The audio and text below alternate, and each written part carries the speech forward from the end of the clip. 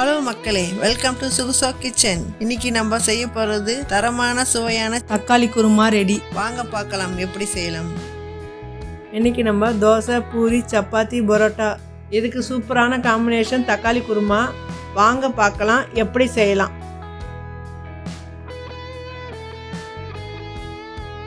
தக்காளி குருமாவுக்கு தேவையான பொருட்கள்: ஒரு கைப்பிடி கருவேப்பிலை, 4 தக்காளி, 10 பல் பூண்டு, ஒரு சிறிய துண்டு இஞ்சி, 2 பச்சை மிளகாய், அரை முடி தேங்காய், ஒரு கைப்பிடி கொத்தமல்லி, வெங்காயம் 2, சோம்பு சிறிதளவு,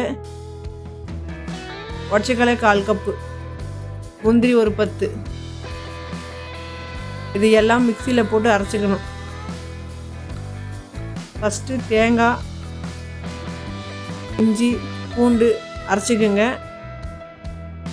குறைன்னு. அதுக்கப்புறம் சோம்பு சிறிதளவு, தக்காளி, முந்திரி போட்டு அரைச்சிக்கோங்க. பச்சைக்கலை போட்டு அரைச்சிக்கோங்க.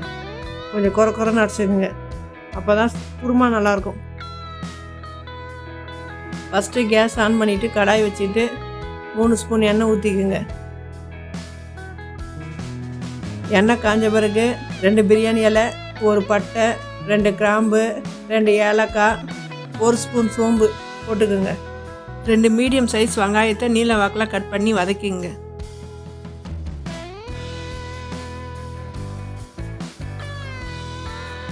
ரெண்டு பச்சை மிளகாய்,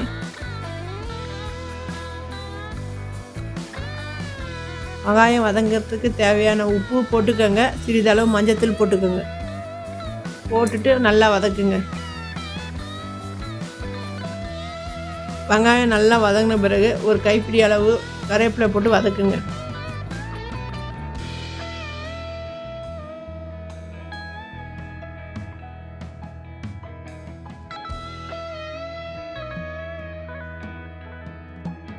அதன் பிறகு 2 ஸ்பூன் குழம்பு மிளகாத்தூள் போட்டு வதக்குங்க.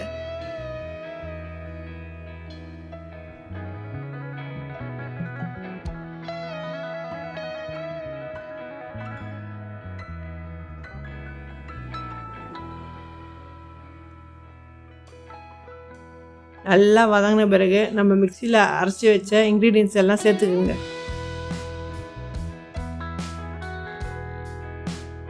பிறகு தேவையான அளவு தண்ணி ஊற்றிக்குங்க.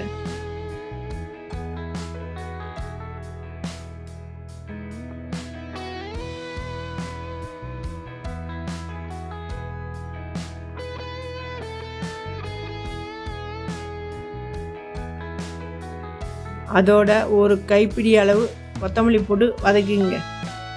மிளகா வெடிப்பு போன பிறகு கொதி வந்த பிறகு இறக்கிடுங்க. சிம்பிளான சுவையான தக்காளி குருமா ரெடி. வாங்க சாப்பிட்லாம். இன்றைக்கி நாங்கள் தக்காளி குருமா செஞ்சுருக்கோம். சப்பாத்திக்கு பெஸ்ட்டு காம்பினேஷன். கண்டிப்பாக மிஸ் பண்ணிடாமல் இதே மெத்தடில் நீங்களும் ட்ரை பண்ணி பாருங்கள். வீட்டில் எல்லோரும் திரும்ப வேணும்னு கேட்பாங்க.